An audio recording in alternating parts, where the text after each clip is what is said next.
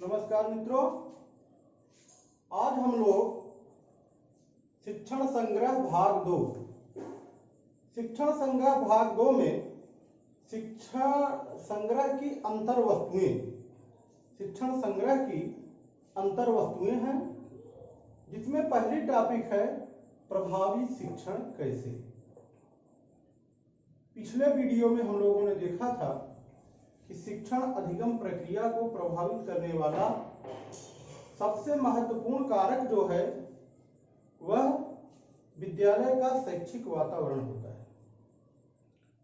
अब विद्यालय के शैक्षिक वातावरण के मूल में कक्षा शिक्षण की प्रभाविता होती है। कक्षा शिक्षण की प्रभाविता ही हमारे वांछित लर्निंग आउटकम तक हमको पहुंचाती है और कक्षा शिक्षण की प्रभाविता ही बच्चों के व्यक्तित्व का समुचित विकास करती है। अब व्यक्तित्व का समुचित विकास से तात्पर्य है कि बच्चों का संज्ञानात्मक, भावनात्मक और क्रियात्मक तीनों प्रकार के विकासों का होना आवश्यक है। संज्ञानात्मक विकास से तात्पर्य है ज्ञान, समझ और सीखने की स्पष्टता होनी चाहिए। भावनात्मक विकास से तात्पर्य है बच्चे भाव को समझ सकें, उनकी रुचियां और उनकी आदतें, उनमें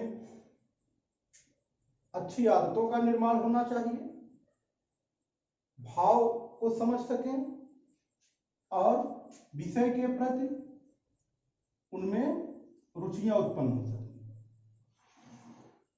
क्रियात्मक विकास में बच्चों के अंदर रचनात्मकता होनी चाहिए, सृजनात्मकता होनी चाहिए और विभिन्न प्रकार के कौशलों का विकास होना चाहिए।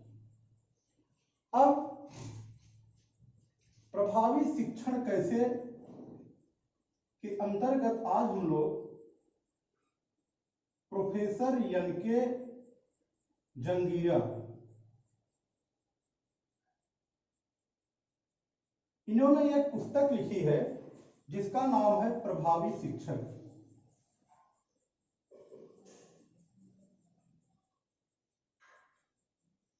Professor NK. जंगीरा की पुस्तक प्रभावी शिक्षक से ही प्रभावी शिक्षण की सीढ़ी A to Z तक ये साभार जो है शिक्षण संग्रह नामक शिक्षक हस्त पुस्तिका में ली गई है। कहने का तात्पर्य है शिक्षण संग्रह हस्त पुस्तिका में जो प्रभावी शिक्षक की सीढ़ी हमको A to Z द्वारा दी गई है उसका मूल स्रोत क्या है? Professor NK. जंगीरा की पुस्तक प्रभावी शिक्षक। अपनी पुस्तक प्रभावी शिक्षक में प्रोफेसर एन.के. जंगीरा ने प्रभावी शिक्षण की सीढ़ी लिखी है, जिसमें उन्होंने बताया है A to Z तक। जैसे हम लोग बच्चों को वर्णमाला के 26 अक्षरों को A से Z तक जोड़ करके किस तरह से वातावरण से जोड़ करके कैसे पढ़ाते हैं कि A for Apple, B for ball, उसी तरह से प्रोफेसर जंगीरा ने प्रभावी शिक्षण की सीढ़ी A to Z तक के वर्णों द्वारा बनाई है, जो हमारी पुस्तक शिक्षण संग्रह में सम्मिलित किया गया है। अब मित्रों, इसमें ए से तात्पर्य है active involvement. Active involvement means सक्रिय भागीदारी। सक्रिय भागीदारी से हमारा तात्पर्य है कि सीखने सिखाने की प्रक्रिया में अध्यापक के साथ साथ बच्चों की भी सक्रिय भूमिका होनी चाहिए। अब बच्चों की सक्रिय भूमिका होने के लिए हमको आवश्यक माहौल तैयार करने होंगे। सीखने सिखाने की प्रक्रिया में बच्चों को शामिल करना होगा। ऐसे क्रियाकलापों को, ऐसी गतिविधियों को हमको सम्मिलित करना होगा अपने शिक्षण में, जिसमें बच्चे भी चाहे छोटे समूह में या बड़े समूह में अपने अनुभव को और अपने विचारों को कहने का अवसर प्राप्त कर सकें। तो इसके लिए हम लोग बच्चों को प्रतिदिन की अधिगम डायरी लिखने के लिए भी प्रोत्साहित कर सकते हैं। कहने का तात्पर्य है कि कक्षा शिक्षण की प्रक्रिया में अध्यापक के साथ साथ बच्चों की भी सक्रिय भागीदारी होनी चाहिए। दूसरी प्रभावी शिक्षक की सीढ़ी में बी से तात्पर्य है busy classroom. Busy classroom means व्यस्त कक्षा। देखिए, कई बार हम लोग देखते हैं जैसे हम जरा सा कक्षा शिक्षण से इधर उधर होते हैं, तुरंत हमारे बच्चे शोर करने लगते हैं। तो इसके लिए प्रभावी शिक्षण में बच्चे विषयगत रचनात्मक क्रियाकलापों में व्यस्त रहें। तो इसको हम लोग कहेंगे बिजी क्लासरूम। इसके लिए हमको क्या करना होगा, लर्निंग आउटकम की रूपरेखा को पहले अच्छी तरह से तैयार करना होगा। सीखने की प्रक्रिया तथा गतिविधियों को स्पष्ट करने वाले निर्देशों को भी स्पष्ट रूप से समझना होगा। बच्चों की भूमिका को स्पष्ट करना होगा। किस प्रकार के क्रियाकलापों को बच्चे करेंगे या समूह में करवाएंगे। इन सब माध्यमों से हम लोग कक्षा को व्यस्त बना सकते हैं। हमको यह भी पूर्व में निर्धारण करना होगा कि पाठ्य पुस्तक या कार्य पुस्तिका जैसे स्रोतों को कक्षा शिक्षण में जैसे स्रोतों या जैसे साधनों का हमको कक्षा शिक्षण में किस प्रकार प्रयोग करना होगा, इसका निर्धारण भी हमको पहले से ही करना होगा व्यस्त कक्षा बनाने के लिए। तीसरा हमारा सी से है कोऑपरेटिव लर्निंग, सहयोगी या सहभागी अधिगम। इसके लिए देखिए, सहभागी अधिगम में बच्चे क्या करते हैं, कक्षा में साथ साथ तो पढ़ते ही हैं, उनको समूह में कार्य करने के गुण को हमको विकसित करना होगा। इसके लिए हम लोग क्या कर सकते हैं, इसके लिए हम लोग प्रोजेक्ट कार्य या विषयवार छोटे बड़े समूहों में गतिविधियां करवा सकते हैं। 3-4 समूहों में हम बांट सकते हैं कक्षा को। प्रत्येक समूह को लर्निंग आउटकम से संबंधित प्रोजेक्ट कार्य या गतिविधि का चयन कर लेंगे। बच्चों को सहगामी अधिगम के लिए किए जाने वाले कार्यों के बारे में समझाएंगे और उनको मिलजुल कर एक दूसरे का सहयोग करते हुए कार्य को करने के लिए प्रोत्साहित करेंगे। और इसी के साथ साथ प्रत्येक समूह में प्रत्येक बच्चे की जवाबदेही तय करनी होगी। नहीं तो क्या होगा, जैसे किसी समूह में 4-5 बच्चे हैं तो उसमें से 3 काम कर रहे हैं, 2 नहीं कर रहे हैं। तो जब सबकी जवाबदेही होगी तब क्या होगा, सभी एक दूसरे का सहयोग करेंगे और भागीदारी लेने के लिए हमको छात्रों और प्रत्येक समूह को प्रोत्साहित करना होगा। ये जो है हमारा तीसरा हो गया कोऑपरेटिव लर्निंग।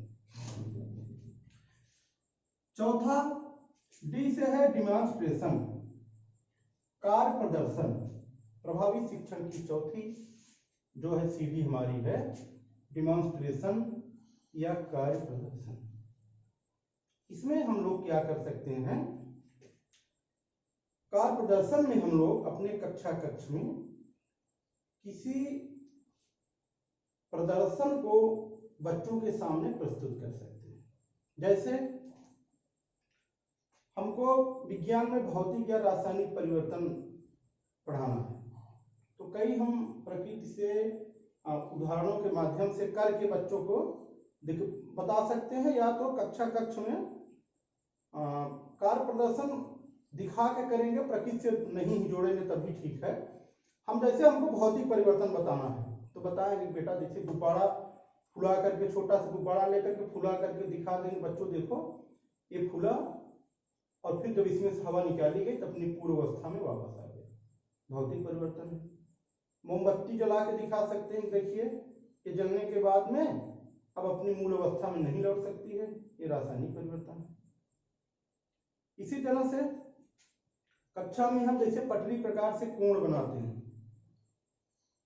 तो पटरी प्रकार से कोई हम रचना करके बच्चों को जो उनके स्तर की है कार्य प्रदर्शन करके दिखा सकते हैं, या पर्यावरणीय अध्ययन में, विज्ञान में और सब विषयों में ढेर सारे हम कार्य प्रदर्शन कर सकते हैं। तो ये रहा हमारी चौथी प्रभावी शिक्षण की सीढ़ी, डिमॉन्स्ट्रेशन। इसके बाद पांचवा है ई से एक्सपेक्टेशंस, अपेक्षाएं। यहाँ पे अपेक्षाओं से तात्पर्य है भविष्य में कुछ होने की आशा या विश्वास। इसके लिए हमको अपने आत्मविश्वास को बनाए रखना होगा, स्वयं से अपेक्षाएं रखनी होगी, और शिक्षण ऐसा हो जिसमें सभी बच्चे सीखने की प्रक्रिया में शामिल होते हुए सीखें, और बच्चों को बातचीत, गतिविधियों एवं सकारात्मक हाव भाव से सफलता के प्रति उनको क्या करना होगा, आशान्वित रखना होगा। अब पांचवा ये हमारा हो गया 5 ABCD। इसके बाद यफ से है फीडबैक। अब देखिए, फीडबैक ऐसी जानकारी होती है जिससे हमको ये पता चलता है हम अपने वांछित लर्निंग आउटकम में किस सीमा तक पहुंच गए हैं।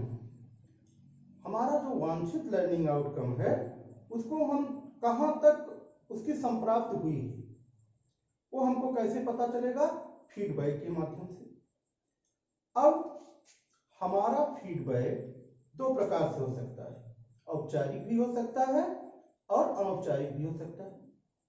औपचारिक फीडबैक हम कैसे दे सकते हैं, क्विज के माध्यम से अनौपचारिक फीडबैक कर सकते हैं, और अनौपचारिक फीड में हम बच्चों को थपथपाहट से, मुस्कुराहट से, प्रोत्साहनों के माध्यम से अनौपचारिक फीडबैक दे सकते हैं। और इसके बाद अगला हमारा प्रभावी शिक्षण की सीढ़ी है जी से है गोल सेटिंग।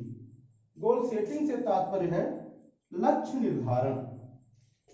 लक्ष्य निर्धारण मित्रों प्रभावी शिक्षण की पहली सीढ़ी है। यह प्रभावी शिक्षण का प्रथम चरण है। सारी इसको हम पहली सीढ़ी नहीं कहेंगे, पहली सीढ़ी तो हम यहाँ से देख रहे हैं। लक्ष्य निर्धारण को हम क्या कर सकते हैं, प्रभावी शिक्षण का प्रथम चरण कर सकते हैं। ये हमको पहले से एकदम कॉन्सेप्ट क्लियर कर लेना चाहिए कि हमारा लक्ष्य क्या है। यहाँ पे लक्ष्य से तात्पर्य हमारा है कि हमें किस लर्निंग आउटकम को प्राप्त करना है, किस सीमा तक प्राप्त करना है अपने आज के शिक्षण से।